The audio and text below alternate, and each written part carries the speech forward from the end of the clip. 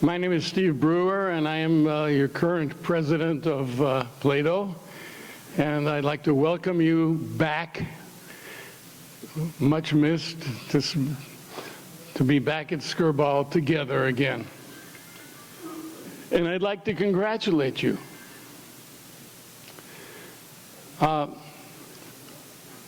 There's been a lot of writing lately that says as we get older, and some of us are,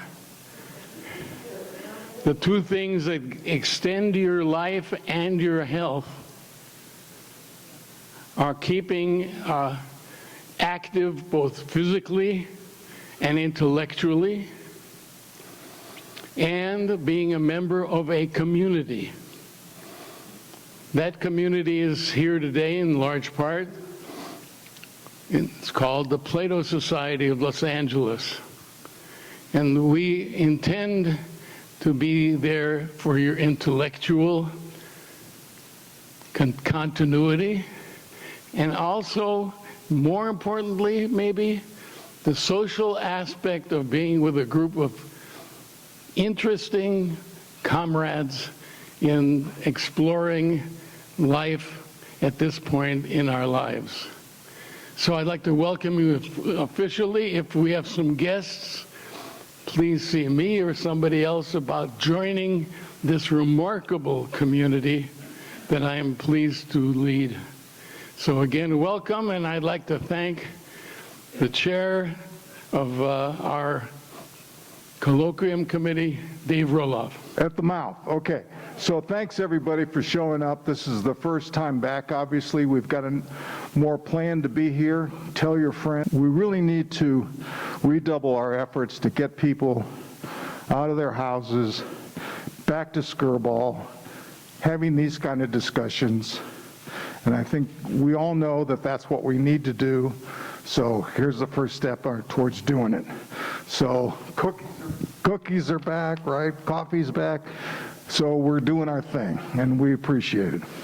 So today, we've got Daniel Treisman, who's a professor of political science at University of California, Los Angeles. Last event, we had two people from USC, so I figured, you know, we got to get somebody from UCLA, right? So he's a graduate of Oxford University, and a school that was otherwise referred to as that one across the river, otherwise known as Harvard University. He's published 5 books and numerous articles in leading political science and economic journals. He's a specialist on Russia, Putin, and democracy, and he's going to run us through our paces today so we can get a handle on what's going on there. Professor Treisman.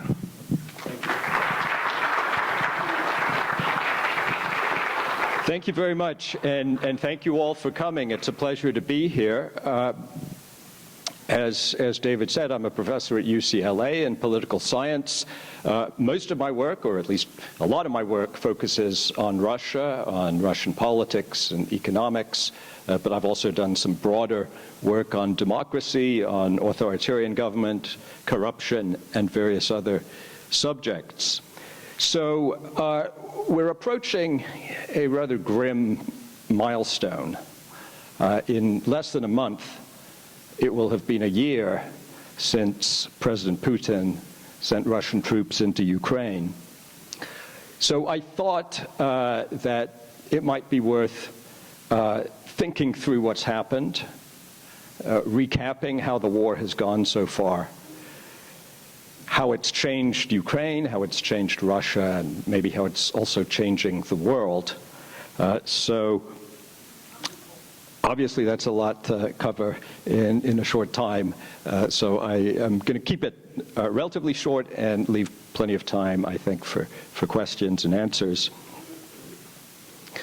So if you think back to a year ago, at that point, President Putin had amassed about 190,000 troops on the borders of Ukraine. Some of them were in Crimea, which had been occupied since 2014. Some were in the east, in Donetsk and Luhansk, and some were to the north in Belarus and in Western Russia. And then on February 24th, Putin ordered the troops to invade Ukraine. So they came, as you see, some up from Crimea into the south, some from the east, some from the north, trying to surround and take Kiev.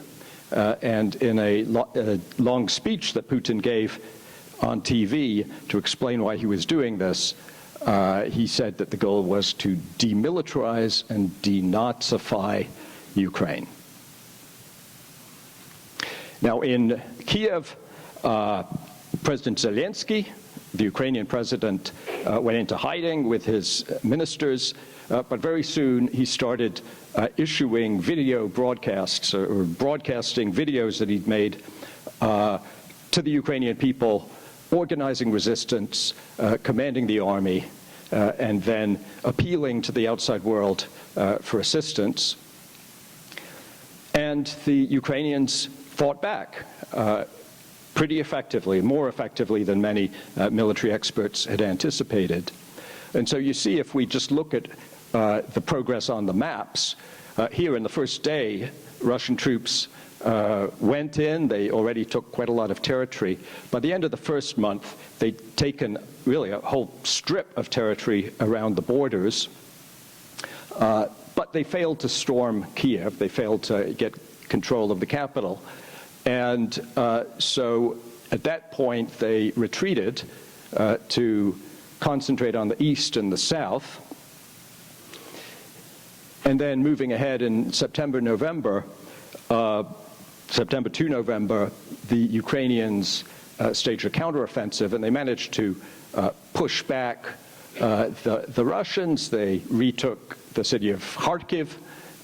They retook the city of Kherson in the south, which had been the first city that the Russians had occupied, and really changed the momentum of the war. And in response to that, then Putin ordered a partial mobilization, so conscripting another 300,000 young and sometimes not so young Russian men to add to the troops.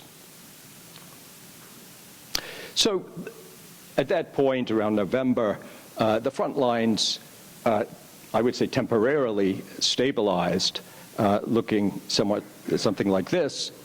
Russians were occupying much of Luhansk and Donetsk in the east, as well as the so-called land bridge to Crimea, this territory along the Azov Sea down to Crimea. And there's been fighting on the front lines ever since then.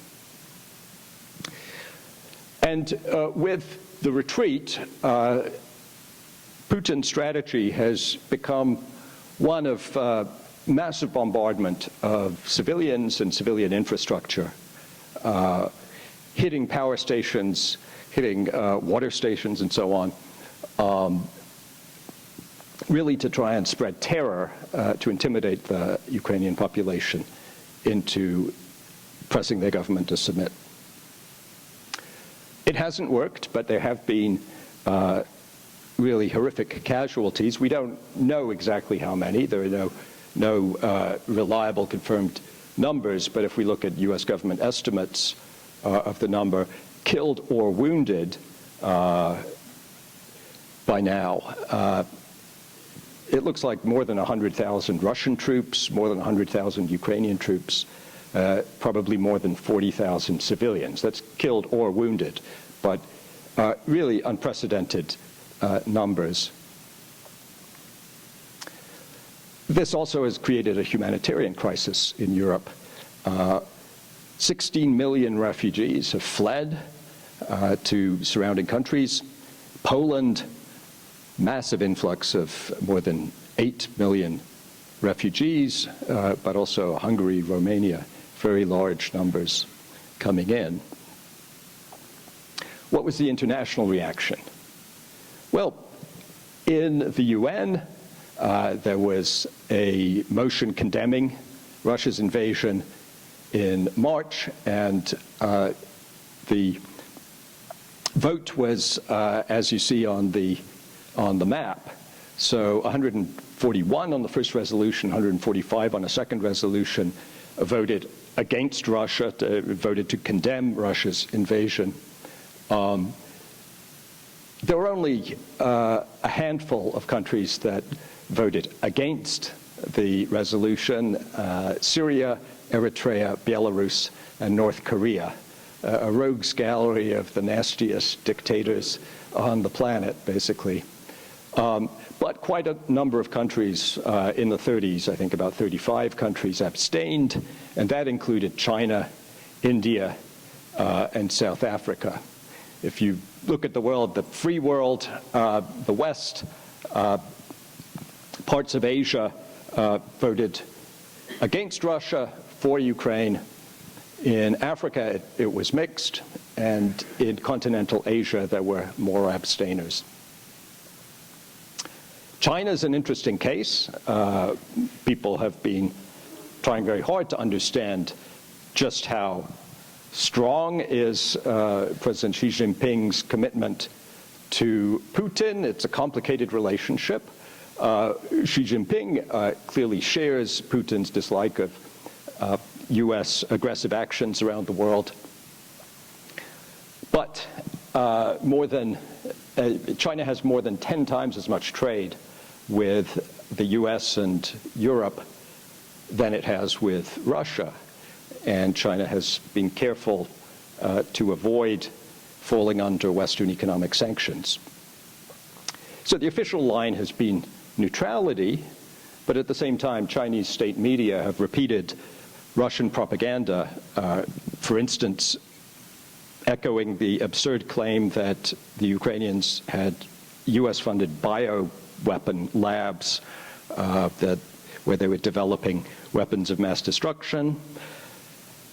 And at the same time, China has rejected sanctions. It doesn't participate in Western sanctions, or it's actually global sanctions, more than Western.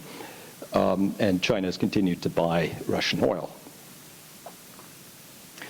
But the West came together in a very impressive show of solidarity and have provided large support for Ukraine, so totaling at this point about $100 billion in both military and economic financial aid. If we look at individual countries, the U.S. has provided by far the most military assistance, but EU, for instance, has provided a large amount of financial aid.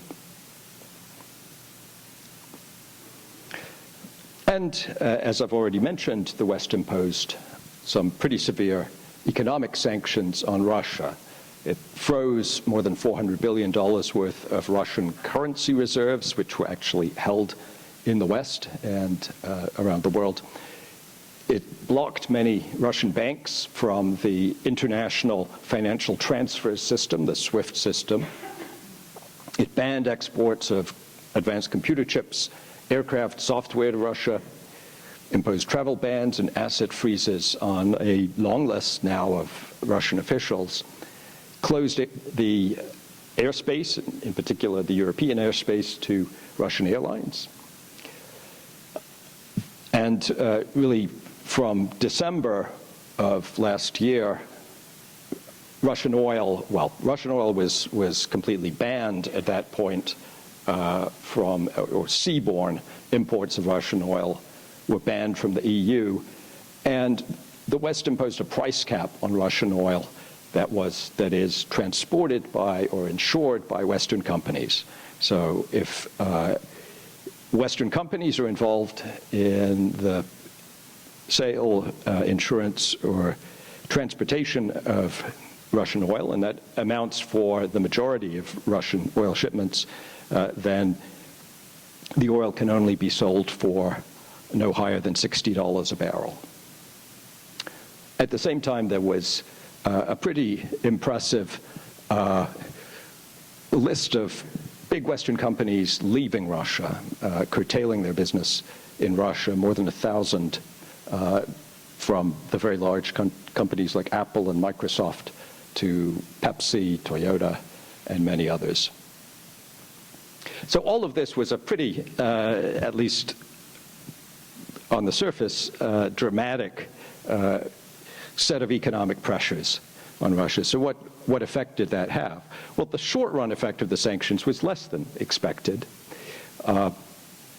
Estimates of growth in 2022, initially, back at the time of the introduction of the sanctions, the international institutions like the IMF, World Bank, and so on were predicting that growth in Russia in 2022 would be anywhere from -8% to -15%. Now it's expected that Russia's growth for 2022 will come out at -3% to -4%, so a lot less of a decline. The ruble stabilized, so here we see the value, the number of rubles per dollar. It crashed initially after the invasion, as you see, but the ruble quickly recovered and ended up now actually at a better rate, a higher rate than before the invasion. Because of high world oil prices, oil revenues, Russia's oil revenues actually increased in early 2022. So not as severe as had been expected, not as severe as had been hoped, but still, I think the sanctions are having a serious impact. Other indicators look rather less rosy. So retail trade volume quickly fell by about 9%. Less is being sold in Russian stores. And all the parts of industry that depend on imports of Western components, microelectronics, and so on, have been very hard hit. So car production fell by 66% in 2022. Now, Russians can still produce cars. It's just the parts that require advanced microprocessors that they can't include. So we're talking about sort of late Soviet model Ladas. Forget about GPS, forget about ABS brakes, airbags, all those things which we've gotten used to that require advanced electronics. And consumer electronics in Russia has basically fallen very sharply. So washing machines, refrigerators, TVs, production's all down by 50 to 60%. Even in agriculture, it turned out that a lot of the seeds and the drugs used for livestock were imported. So Russia's had to come up with domestically produced alternatives. So all of that adds up to a pretty serious shock to Russian production. And if we look at Russia's most important economic sector, energy, this is just a graph of Russia's crude oil shipments to Europe. And we see the big decrease, and by the end of last year, essentially Russia is no longer exporting oil to Europe, or in very small amounts. Similar picture with regard to natural gas. So the level of natural gas pipeline supply to Europe has decreased very dramatically. It's expected to go down even further. But other countries have picked up some of the slack. So China has increased its imports of Russian oil somewhat, but India has really taken advantage of this and increased imports of Russian oil pretty dramatically. Now, all of this meant that Russian oil prices did fall. So what this graph shows is the price of Russian oil, which is the Urals crude, compared to the price of Brent crude oil, which is kind of another type of oil, an international benchmark. And you see that the price of the two types of oil was very similar until the invasion. And then it diverges, and basically Russian oil has been selling at a $30 discount on its previous price, or at least on what its price would have been if things had stayed the same, so if there had been no invasion. And if we look at the total value of Russian exports, these fell by about 12 to 16% in 2022. So a pretty serious shock, but not catastrophic. If we look at the outlook, well, the IMF has projected growth rates for the coming years, and the dashed line shows the IMF's predictions for GDP in Russia for the years up to 2026. These are the forecasts before the invasion, so that's the path of what the IMF was expecting Russian GDP to look like. And the solid line is what the IMF is now expecting Russian GDP to look like. So within 4 years, Russia will be about 12% below where it would have been in terms of GDP, according to the forecast, because of the war. So serious, mostly longer-term impact of the sanctions, but not a silver bullet that shuts down the economy instantaneously. Okay, so let me talk a little about some questions which I think everybody puzzles over. I certainly do. And I should say in advance, I'm definitely not going to have perfect answers. But we can still think through these questions and look at what evidence we have. So why did Putin invade? Well, clearly, it wasn't totally out of the blue. There was contingent planning for several years. Military plans were leaked. They had lists of dissidents and journalists to neutralize. So there was a pretty detailed level of planning beforehand. But still, I believe that no final decision was made until the last minute. The troops were sent to the borders, and Putin was, I think, still considering different options, and only very late in the day did he decide on a full-fledged invasion. We know, for instance, that the cabinet, the government ministers, were unprepared for this. They hadn't been warned. And for the first months of the conflict, Russia didn't have any supreme military commander, which is a very strange situation. So aspects of it look improvisational. And this, I think, is the way that Putin decided also on invading Crimea in 2014.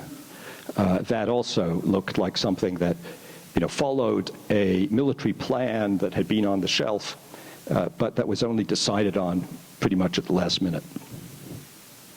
Okay, but what were the goals? What has Putin been trying to achieve in this? Well, if we listen to his speech that he gave right before the invasion, there were 3 sets of ideas to justify this, ideas about why it was necessary to take military action against Ukraine. The first has to do with ideological nationalism. So he talked in the speech about the fact that Ukrainians and Russians were really the same people, also Belarusians, so that there were these 3 historical Slavic peoples, came from the same root, and they needed to be united to live within the same state. So that's one idea. Another argument has to do with military threat from the West. So he says it was necessary to prevent Ukraine joining NATO and to weaken the Ukrainian military, which was becoming threatening. And the third idea was basically regime change. The point was that Ukraine had this neo-Nazi regime. It was committing abuses against the Russian-speaking population in the East, and so Russia had to intervene to overthrow this Nazi regime and protect Russian speakers. Okay, so 3 quite different rationales, and it feels like a bit of a smorgasbord. So, different people may be more convinced by one or other of these arguments. You can sort of take your pick, I guess. It seems to me like it was a justification rather than explanation of actual reasons for the action. But what we can say is that each of these goals, if you look at what actually happened and what could be predicted to happen, each of these goals really didn't make a lot of sense or as a justification for invading Ukraine. So first of all, Putin would like to unite the three Slavic peoples.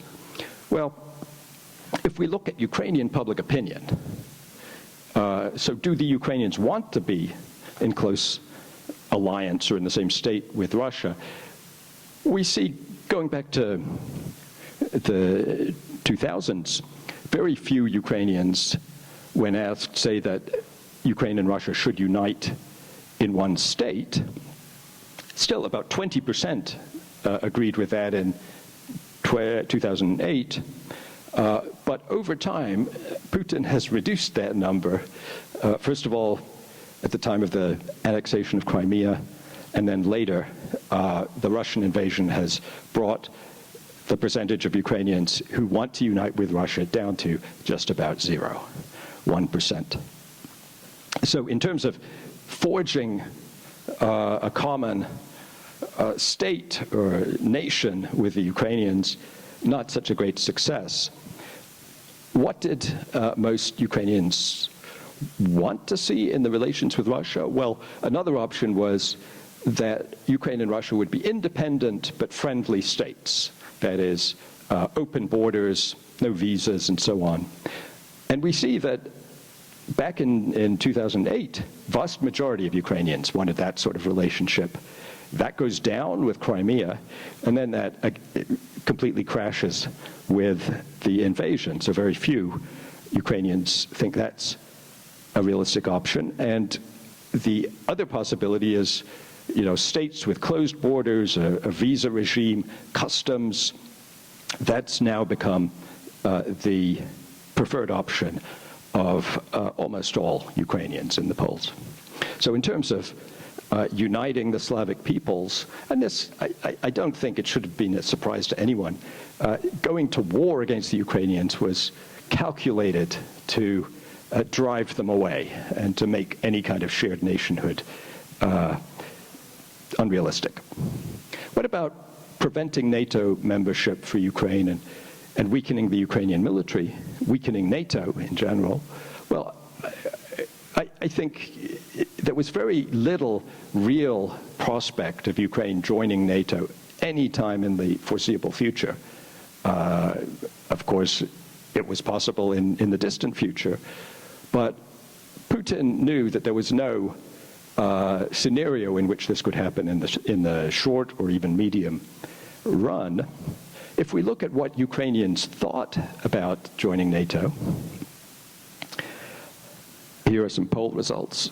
Well, back in 2013, before the Russians invaded Crimea, very few Ukrainians actually wanted their country to join NATO, 20%. Even fewer in the eastern, mostly Russian-speaking parts of the country. But after the invasion of Crimea, and then after the full-fledged invasion of Ukraine, that number has soared, as you see, so that the vast majority of Ukrainians now say that they would like their country to join NATO. And that's not just in the West. Even in the mostly Russian-speaking eastern parts of Ukraine, to the extent those areas can be polled today, or at least in July of last year, the majority of those people also wanted Ukraine to be part of NATO. And in terms of NATO, well, the war in Ukraine has really reinvigorated the alliance. Sweden and Finland have applied to join. There have been deployments of more armaments, more people, more soldiers, more personnel to Eastern Europe, to the frontline countries. So in terms of reducing the threat from NATO or reducing the military presence of NATO near Russia's borders, again, exactly the opposite effect. I think really when it comes down to it, Putin's motive was simply regime change. He wanted to have a pro-Russian government in Kiev, and he didn't care about the human cost, about the thousands of people that would be killed in pursuing that with his army. But even if we look at this, the invasion has clearly been counterproductive. First of all, it hasn't worked. They haven't decapitated the Ukrainian state. Second, President Zelensky's approval ratings were falling before the invasion. They'd gone down from close to 70% in 2019 to less than 40% before the invasion. After the invasion, they shot up, and now they're about 90% approval ratings. So the regime is not weaker, it's stronger in terms of public approval, in terms of legitimacy, stronger than ever. So in terms of undermining this regime, replacing it with a pro-Russian one, that seems less and less likely. Okay, another question. Why has Russia's army done so poorly? And military observers have, of course, noted that not only did the Russian army fail to capture Kiev, they were forced to retreat to the east and the south. They then lost ground around Kharkiv. They lost control of Kharkiv. They lost Kherson. And there are all these different pieces of evidence of very poor performance. So at least 8 generals have been fired or reassigned, 10 others killed. The main commander has repeatedly been changed. So as I mentioned, initially there was no supreme commander of the operation. Then in April, Dvornikov was appointed. Then in October, he was replaced by Surovikin.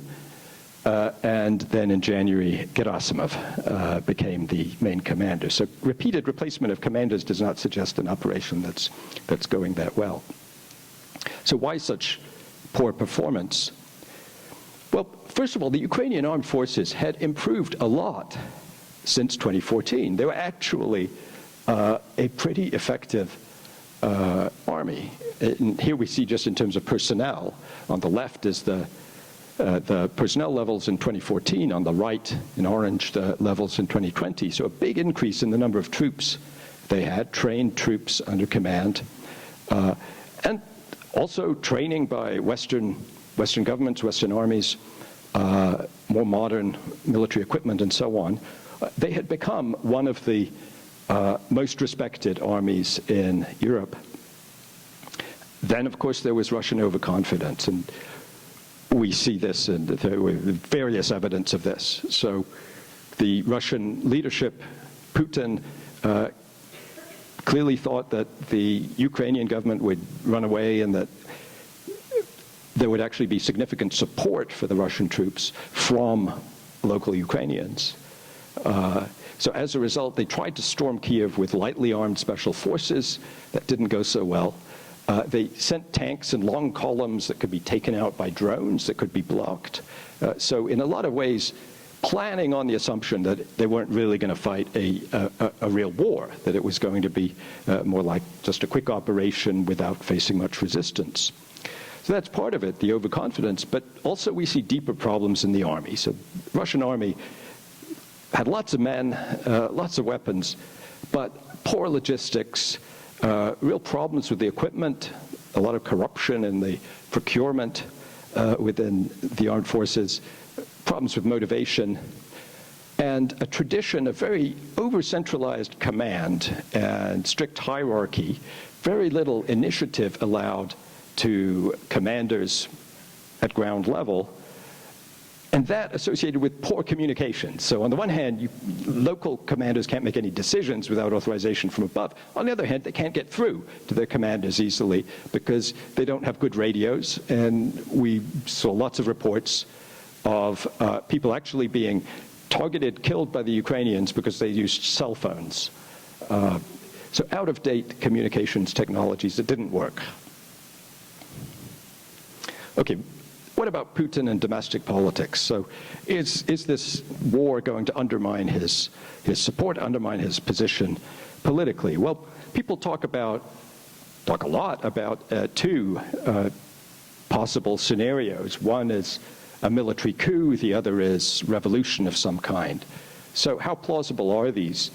Well, first of all, about a military coup. So Gerasimov and Shoigu, the military commanders, have actually come in for a lot of criticism, including on the state-run media. So the main people who've been attacking Gerasimov and Shoigu, criticizing the way they fought the war, are, first of all, the Chechen leader Ramzan Kadyrov, who has sent some of his own troops to fight in Ukraine, though there's different opinions about whether they actually have been much involved in the fighting. They've certainly been taking selfies.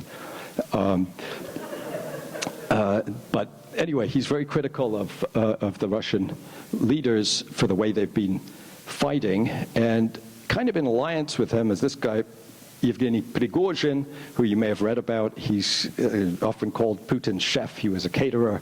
Then he set up a private mercenary company, Wagner, which has also sent troops. These days, mostly staffed by convicts who are given a get-out-of-jail-free card. If they survive 6 months in fighting in Ukraine, then they get a pardon and they get freed.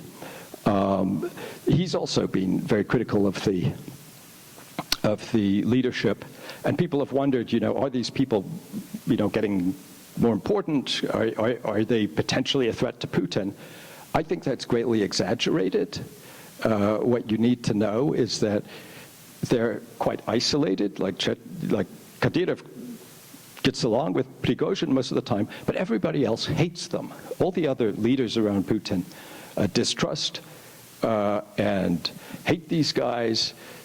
They have no public support except perhaps in some extreme nationalist circles, which we shouldn't completely discount, but which are fairly narrow.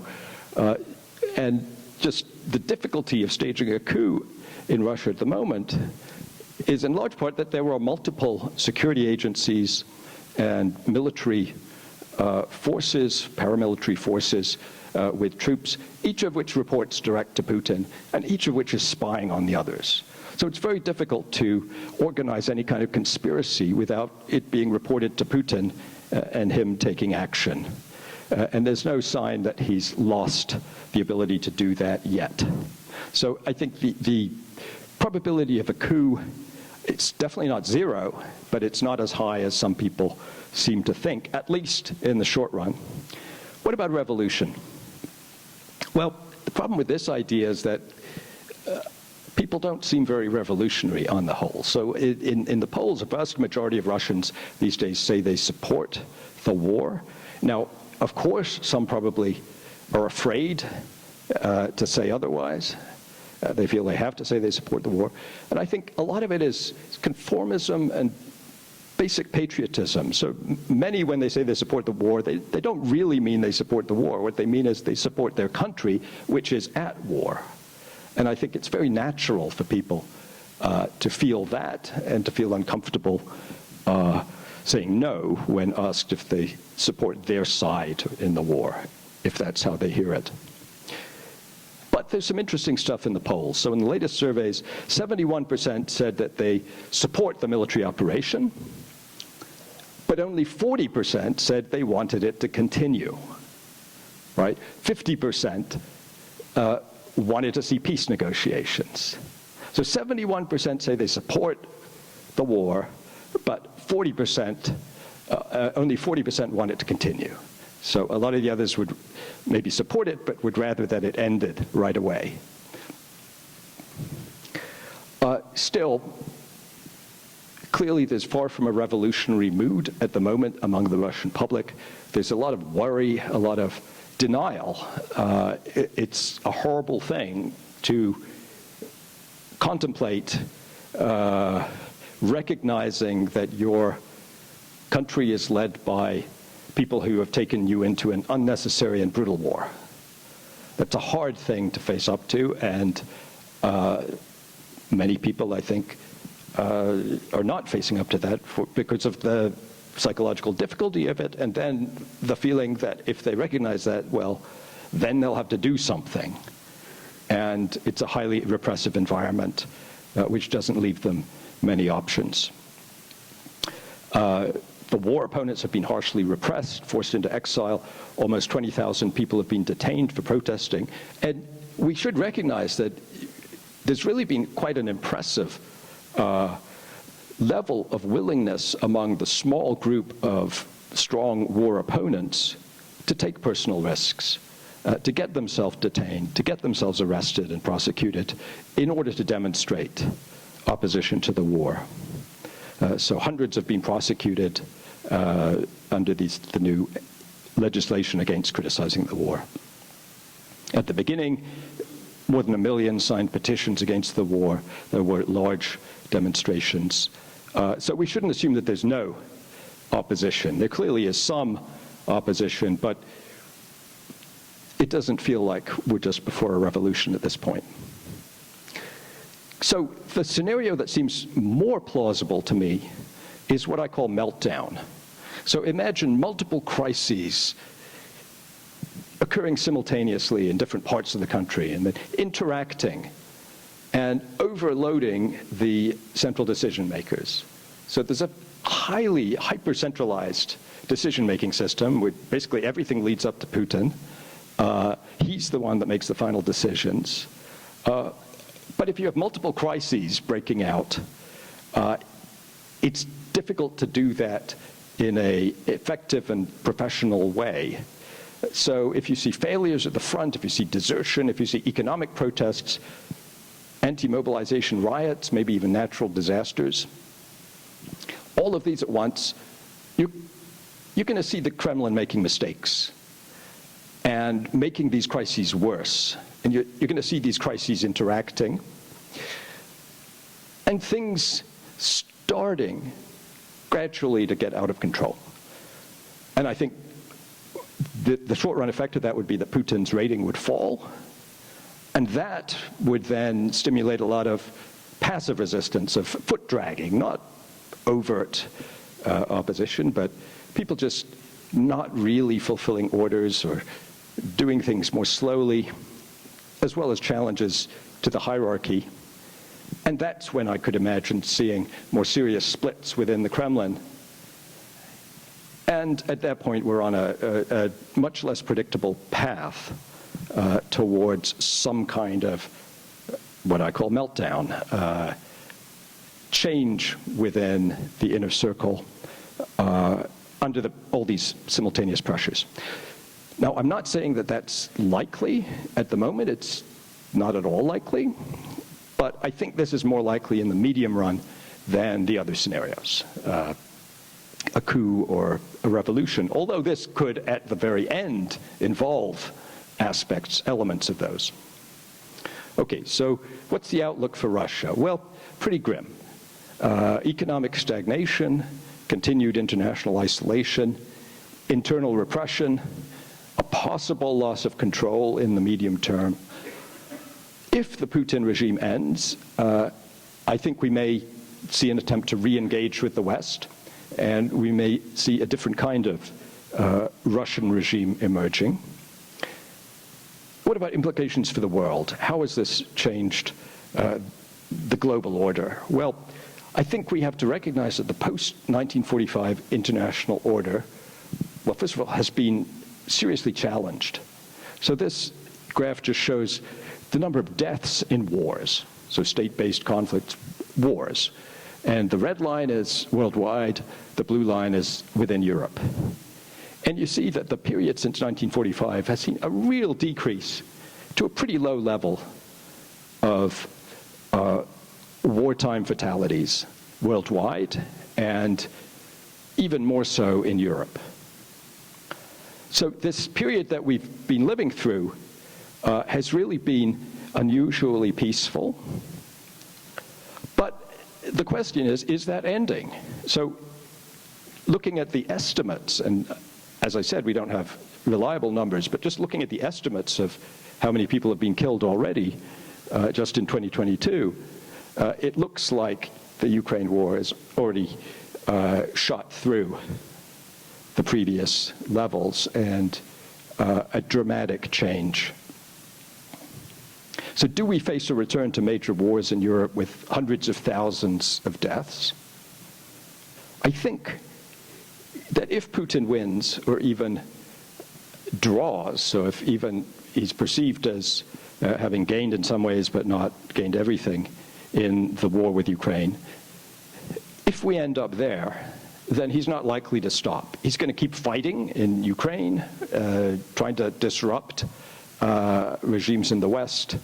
He's going to find other targets.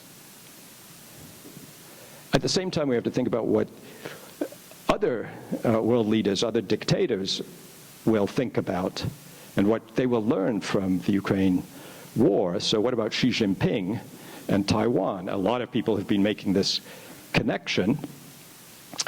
So will Xi Jinping look at Russia and Ukraine and infer that invading neighbors brings on disaster?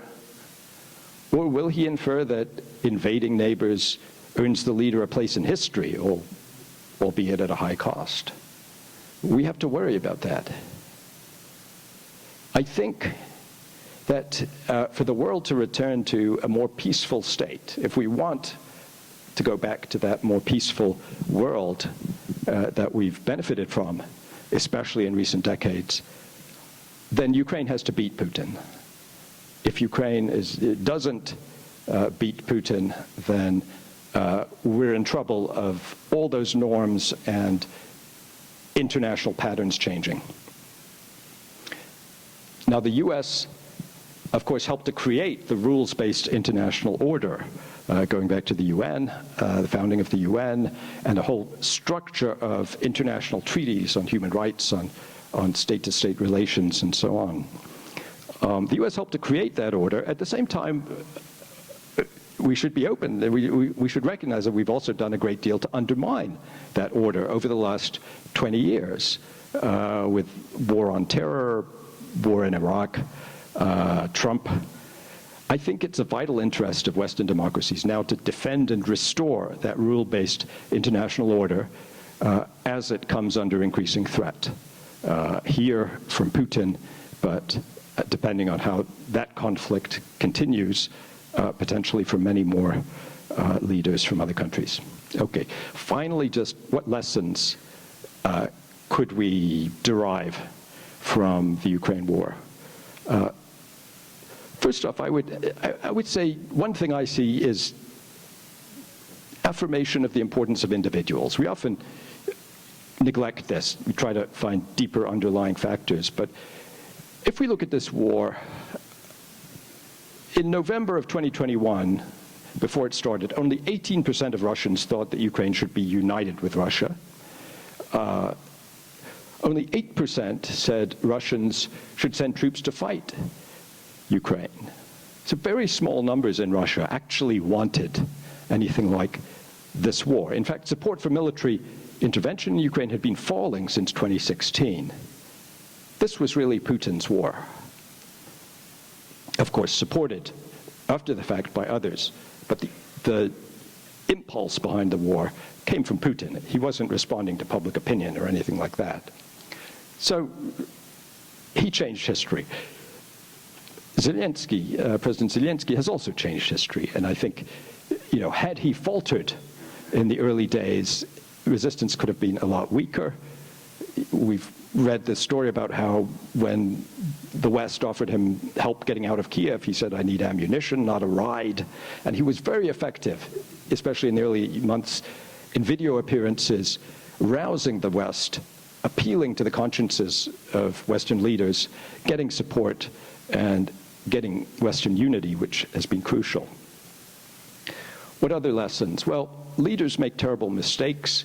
We can't aim to deter only threats that seem to us rational. We have to expect irrational things.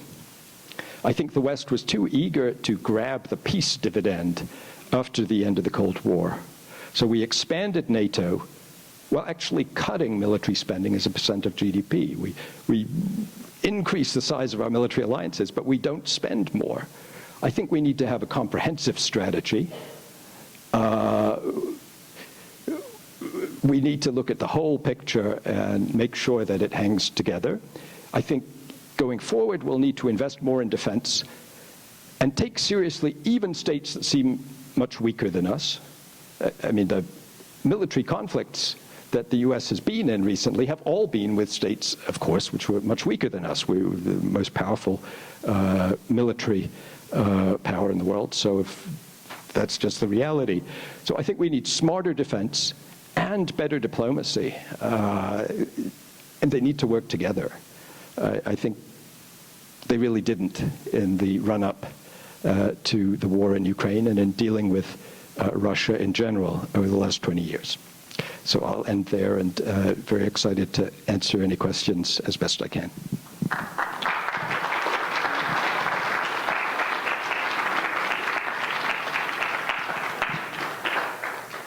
Okay, here's the plan. We're going to have two queues, one in that aisle and one in this aisle, so come on down if you've got things to say. And I will start with one.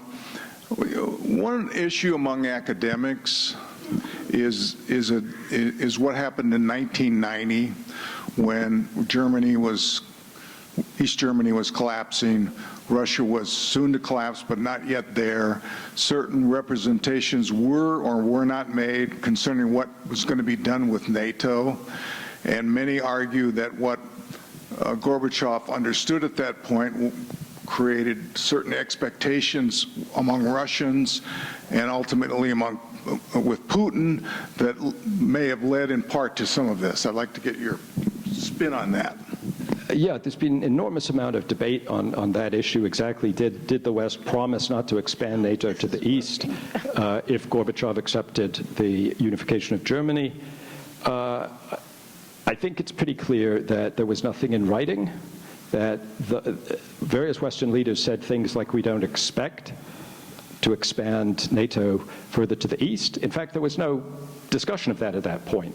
So Gorbachev has said that that didn't enter his mind. So I asked the guy who was the U.S. ambassador to Russia at the time, Jack Matlock, whether he thought, and Matlock was involved in a lot of negotiations with Gorbachev at that time, I asked him whether he thought that the West would have been willing to sign some document saying it wouldn't expand NATO if Gorbachev agreed to unification of Germany. And he thought yes, that the West might have made that commitment if Gorbachev had insisted.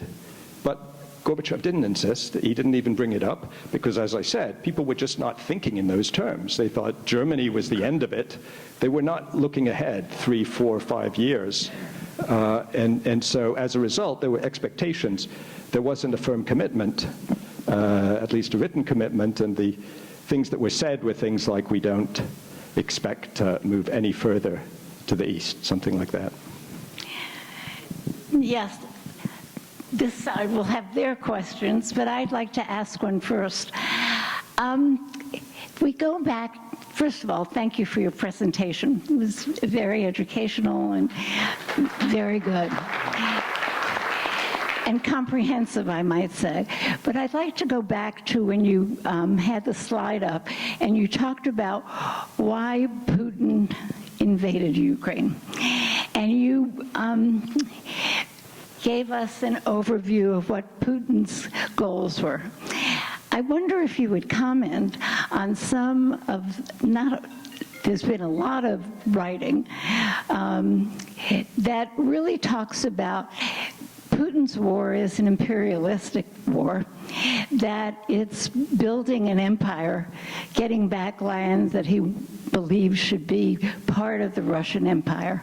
And people like Anne Applebaum, Ambassador McFaul, Larry Diamond, have really talked about the really authoritarian government that he has very few objections to that. I wonder if you could comment on those points. Yeah, I think if you look at what he says these days, and he seems to really believe it and mean it, there's no reason to think otherwise at this point. He does have an imperial project.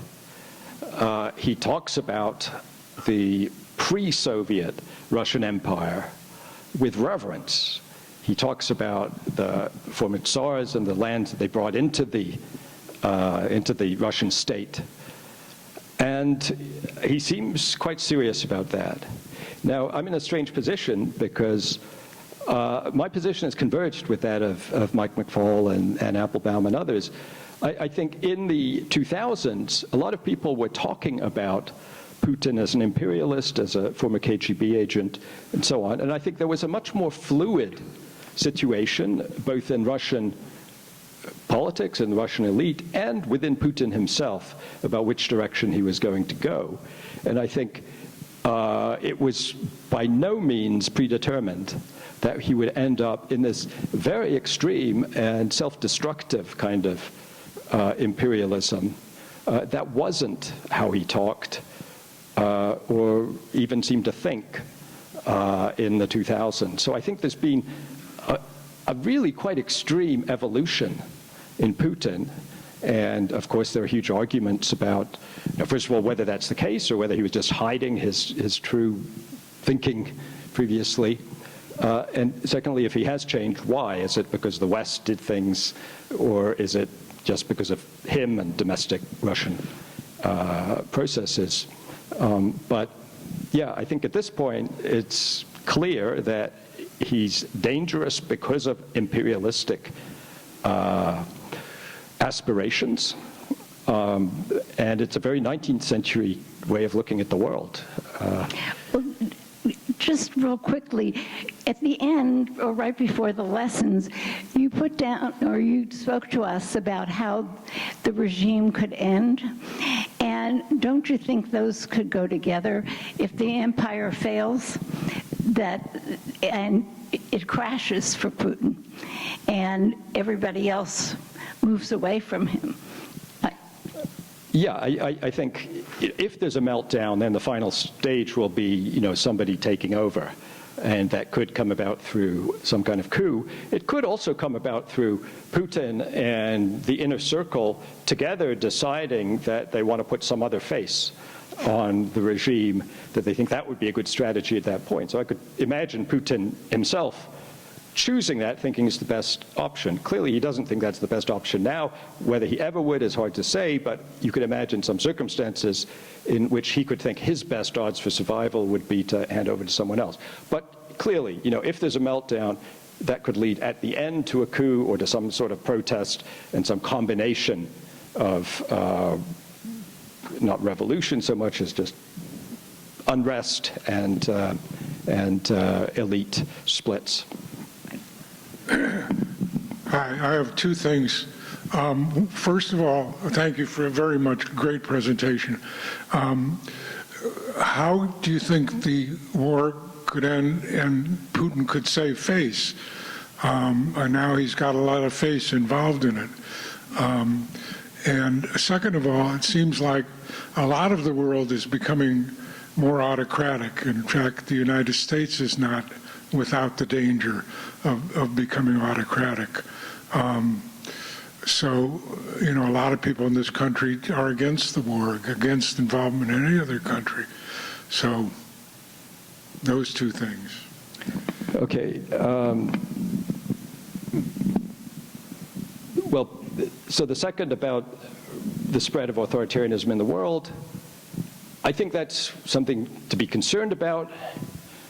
I think that if you look at the data, it's not as extreme as some people present it to be, that there are cases. There is less of a pattern than people think, that the changes are smaller than one might get the impression. But these things do go in waves, and we're clearly in a wave against democratization, towards harsher methods. And if you compare it to previous waves, I think we should be grateful that there hasn't been more backsliding as there was in the 1930s, as there was in the 1960s, as a whole bunch of former colonies descended into harsh dictatorship. Yeah, I mean, that's a big area. I have other work on that, but it's hard to tell you anything very useful in a sentence or two. What was the first question again? It was about how does Putin save face? He doesn't. There's no way that he can save face. I mean, unfortunately, yeah. There isn't, and I think that's the wrong question to ask, is how do we get out of this through Putin saving face? Because if he saves face, then he'll come back. and it doesn't actually end. But I think sort of the most hopeful option from the point of view of avoiding horrific outcomes is that he loses face gradually, because what really leads to sort of extreme actions, I think, is a sudden change. So in that sense, perhaps the strategy of some Western governments to nickel and dime, I mean, not that they're really nickel and diming, but in terms of the different types of weapons they're providing, Biden and even in a much more extreme way, Olaf Scholz in Germany, they're very resistant to increasing the weapons. So they're kind of willing to provide weapons, but in the German case, only when they're kind of too late, or almost too late. Maybe that does have the positive effect of lengthening, and in a sense, you know, this lengthens the killing. So it's not a great thing. But if you're worried about Putin reacting by using weapons of mass destruction, then if he is gradually getting into a worse and a worse situation, I think that's less dangerous than if suddenly his situation deteriorates sharply. But no, I mean, there's no way that that we can safely preserve Putin's face and just go back to some kind of normal pre-war situation. It's just not realistic to me. Okay. Do we have any actual knowledge of Putin's health and life expectancy? Okay, that's easy. No. I can tell you a few things that we do know from believable sources. When he travels, he takes at least 9 doctors.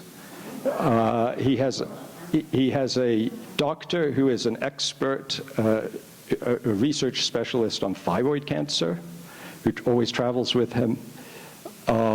Make of that what you will. Maybe he's a hypochondriac.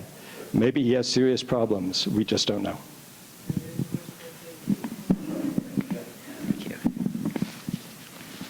So I'm not as sanguine as you are about the likelihood that Putin will not be pushed into a position of using nuclear weapons, whether it happens slowly or quickly.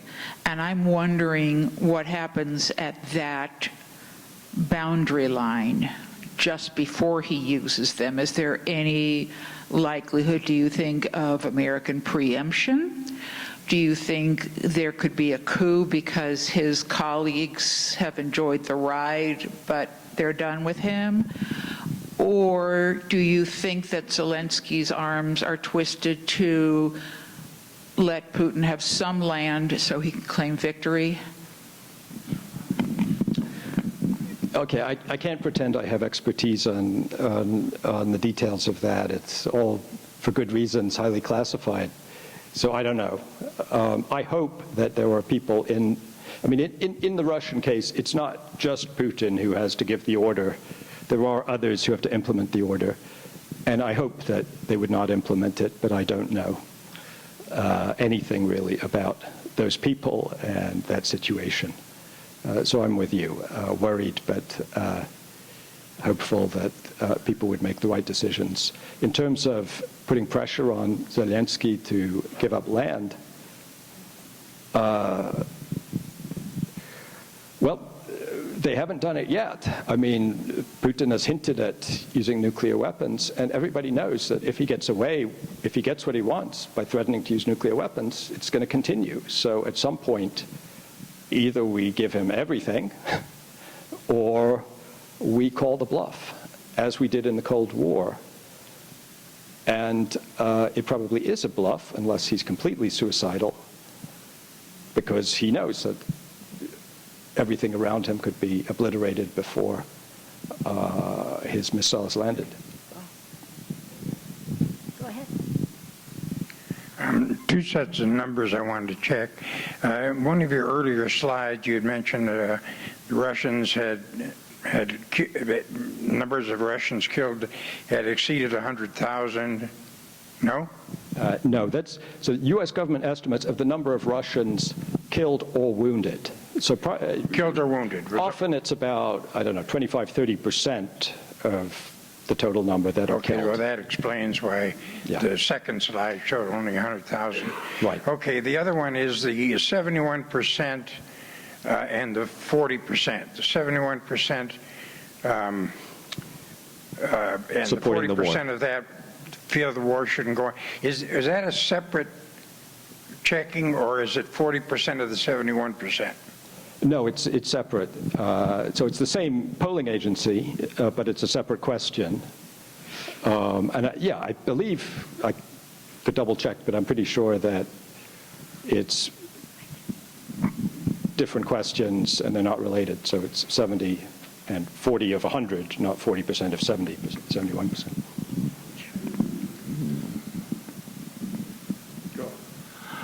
I would like to know how deep the Nazi influence is in Ukraine, really. No fluff. Right. Well, I'm not an expert on this, but one thing I do know is that when far-right parties associated with neo-Nazi ideology have run in elections in Ukraine recently, they've not got more than 2 or 3%. 2 or 3%.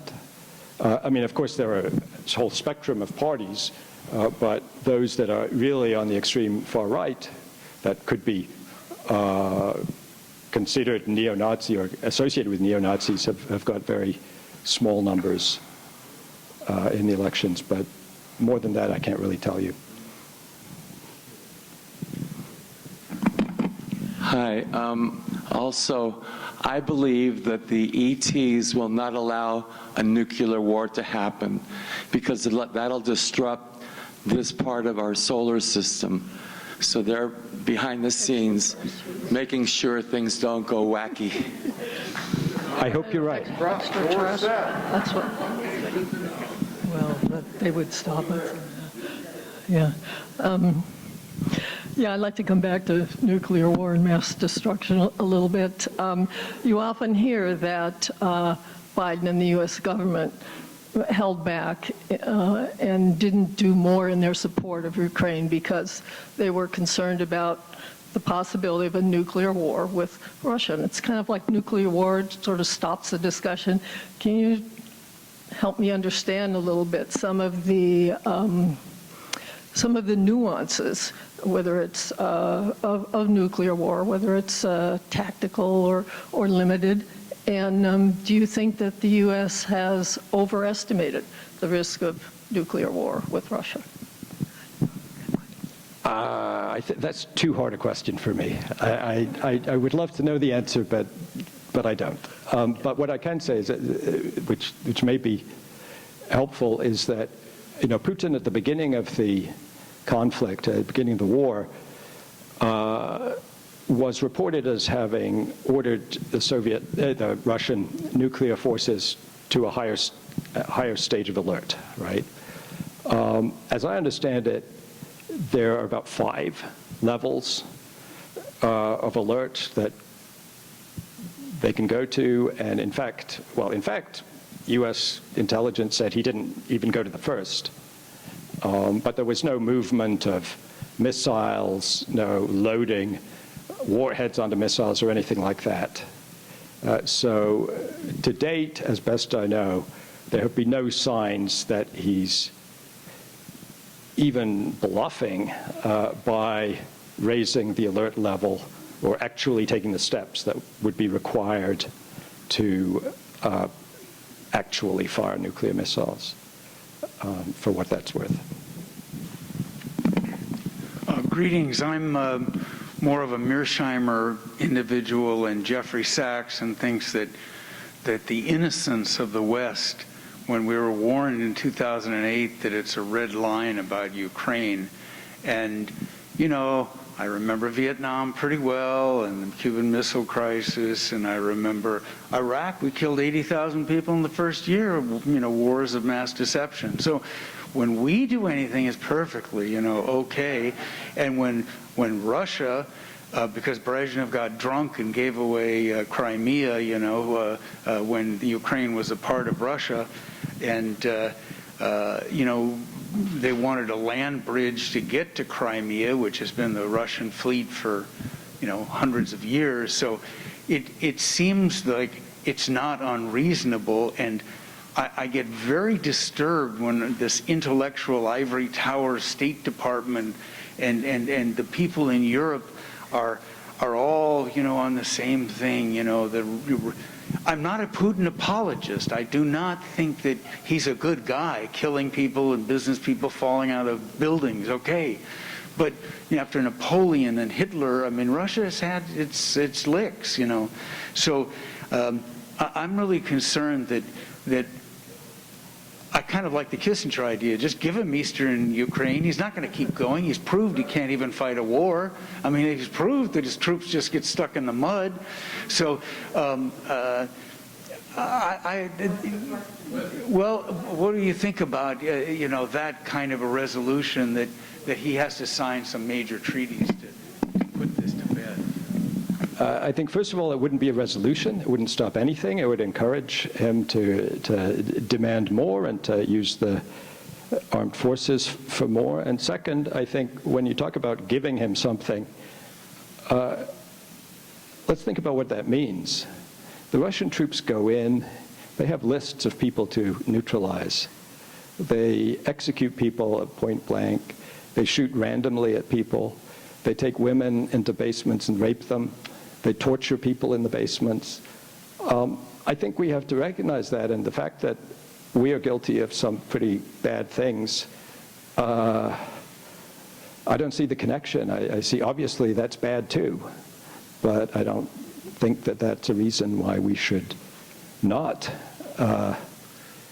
try to protect, to the extent we can, Ukrainian innocent civilians, innocent people from the most horrendous kind of almost totalitarian abuse. I mean, they try to create a level of control within these cities or small towns that the Russians occupied, where people are scared to speak.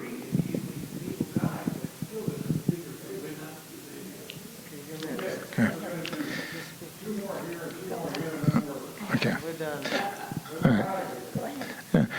I would like to get your take on the military question. We know that with a long history of Russia and Soviet Union, losses with surprise attacks, Japanese, Nazis, the Soviets had developed a comprehensive system of preparations for war. It was known as correlational forces. You may be familiar. So what happened? Did they lose the formula? We're clearly on the staff by like 3-1 in preparation for this. And you noted in your earlier slides that this apparently had been several years in the planning. Now, we may think Putin not being rational, but some people in that hierarchy has to be. So did they lose the formula? Well, what I would say is it's actually pretty hard fighting wars, and even if you're prepared, a lot of things can go wrong because it's just so complex. But there was huge corruption within procurement, so a lot of the equipment turned out didn't work. Like the radios, for instance, were not adequate. Then there's overconfidence, which I mentioned, and there's an information gap between the people making the decisions and the people who knew the actual state of the Russian army. And nobody taking responsibility. So everybody led Putin to believe that the troops were all well trained. Plus, I mean, in addition to that, as I also said, they went in thinking they weren't actually going to have to fight a war.